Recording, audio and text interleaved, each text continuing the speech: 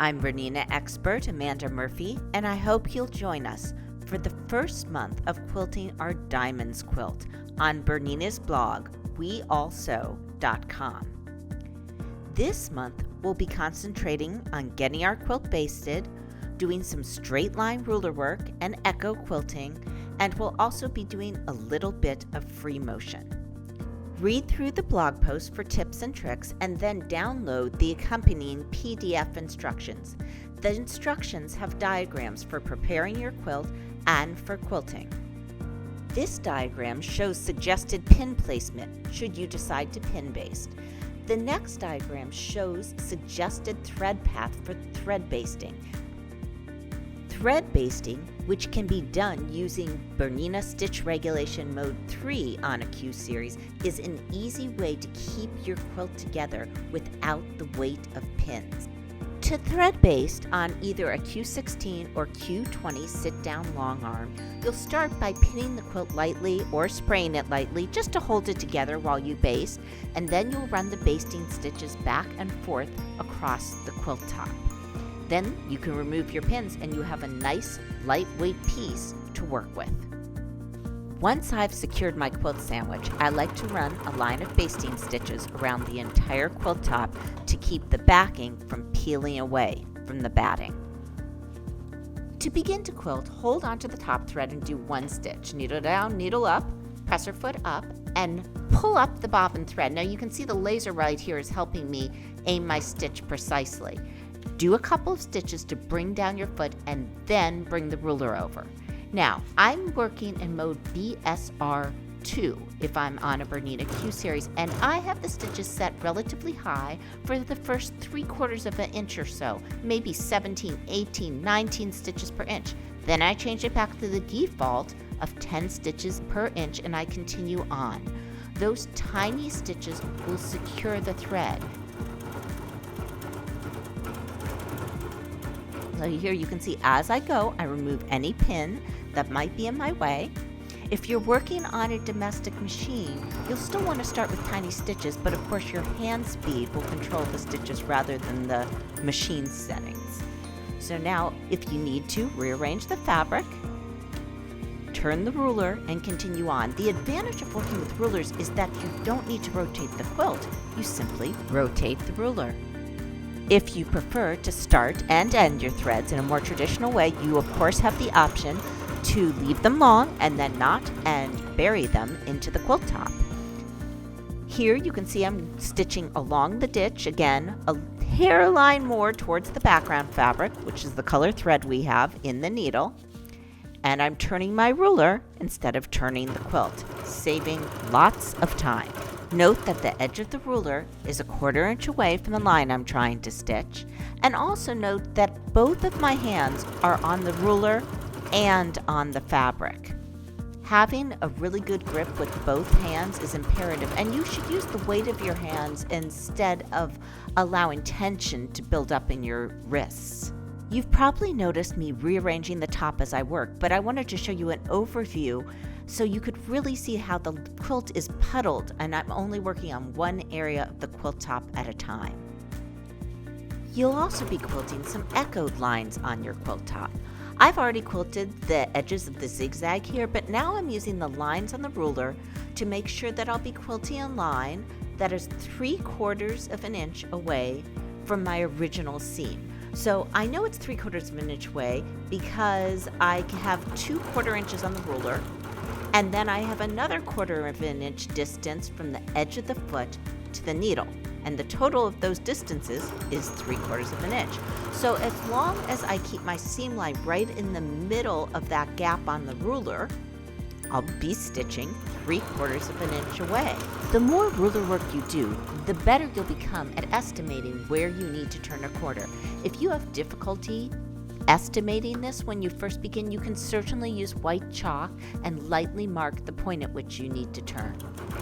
Note that I rotated the ruler, but not the fabric. That's going to save me a lot of time. Note also that the seam is still between those two lines on the ruler. Take your time, don't feel rushed. The last portions of ruler work we'll do this month are the parallel lines at the top and bottom of the quilt. So for this, you'll start in the center of these areas and then work out. I quilted these lines 1/2 inch apart, but 3/4 of an inch apart will also work. I'm using the lines on the ruler right here to help me estimate how much 1/2 inch is. Now, when I turn the ruler, I can check, and if my previously stitched line lines up right under that line of the ruler, I'll know I went the appropriate amount, and if I didn't, I'll go up or back a stitch and make sure I'm in the right position. So now I'm going to flatten out my fabric and continue up this quilt.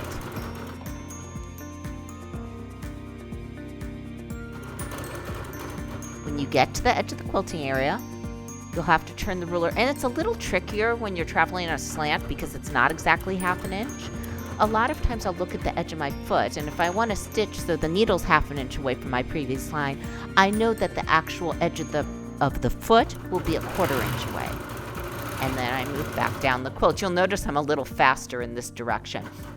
On a Q series, it's not a problem because I'm stitching in a regulation mode.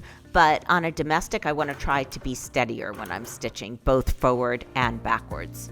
So again, I'm using the lines on the ruler because I'm on a straight line at this point. And I'm going 1/2 inch over. And then I'm going to rotate my ruler, make sure my positioning is correct. While it is certainly possible to execute this type of quilting with a walking foot, it is much easier with the ruler because you don't have to rotate the quilt. Next up are the free motion patterns that I use. So the first one is an open petal. So I made a petal shape and then I echoed around it a few times, 2 or 3 times, depending on where I want to end up. And then I make another petal shape, echo, echo again.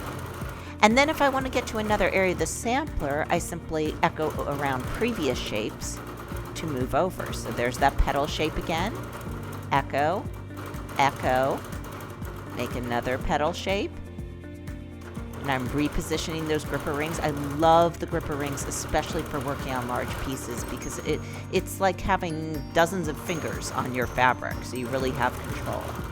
And now I'm moving down to the bottom of the sampler just by echoing because I missed a spot. So now that petal shape, echo, echo. And here, you'll note that I actually still have on the ruler foot.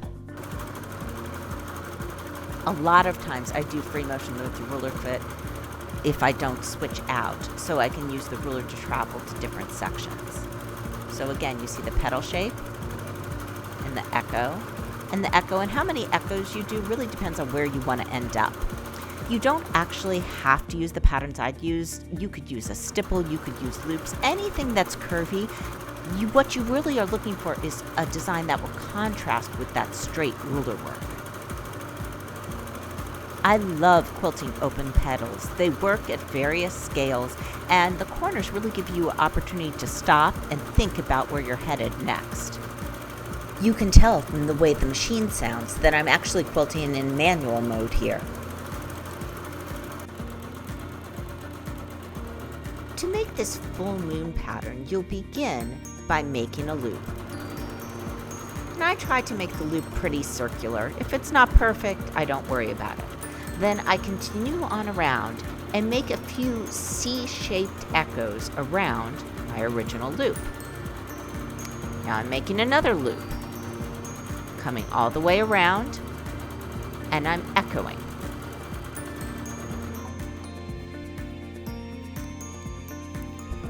I see some basting stitches ahead, so I went ahead and took off my gripper ring, and I'm removing those basting stitches.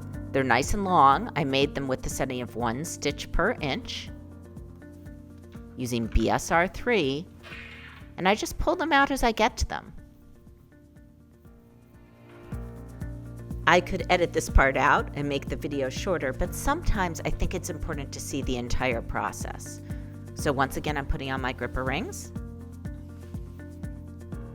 and then I'll start again with the loops. So making that circular loop, and then echoing around one side, and then the other side. Now, here I'm going to have to travel along the edge of my quilting area to get where I need to go, and you'll become better at this with time. In the meantime, if you're quilting with a ruler foot, you can actually take the gripper ring off and use a ruler to travel up the side of your quilting area if you need to. And you'll note not all my channels are the same width. That really doesn't matter. What you see is the nice contrast between the straight line quilting and the curvy quilting. Now, right now, I believe I have the stitch regulator off and I'm stitching in manual. I love the manual mode on this machine. On the Q series, I don't use it a lot for rulers. I usually am in stitch regulation mode for rulers, but I really do love the manual mode for free motion, and so I work between the two quite a lot. So I'm echoing. I had kind of a small area to fill in there, and I couldn't fit a full loop.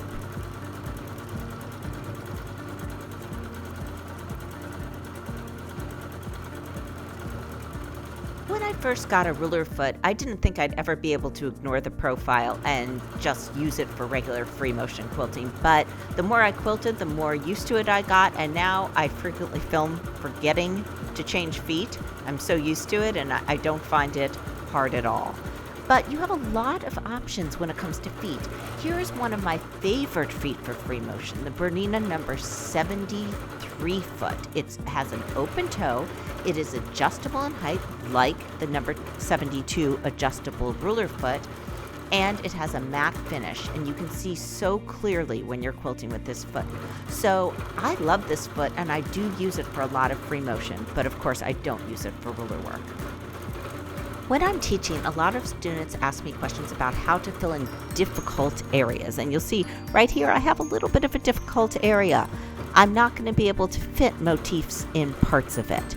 So sometimes I do these partial motifs like I'm doing here, and just fill in that little area with similar line work.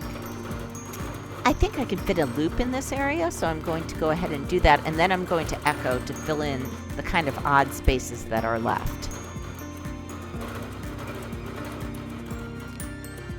These areas will not stick out at all as long as you use the same type of line work that you used elsewhere in your quilting. Okay, so that's it for the tips and tricks for month 1 of the quilting portion of our Diamonds Quilt Along. I hope you really enjoy quilting this piece, and I'll be back next month to show you some more free motion and ruler work. We'll be quilting feathers then.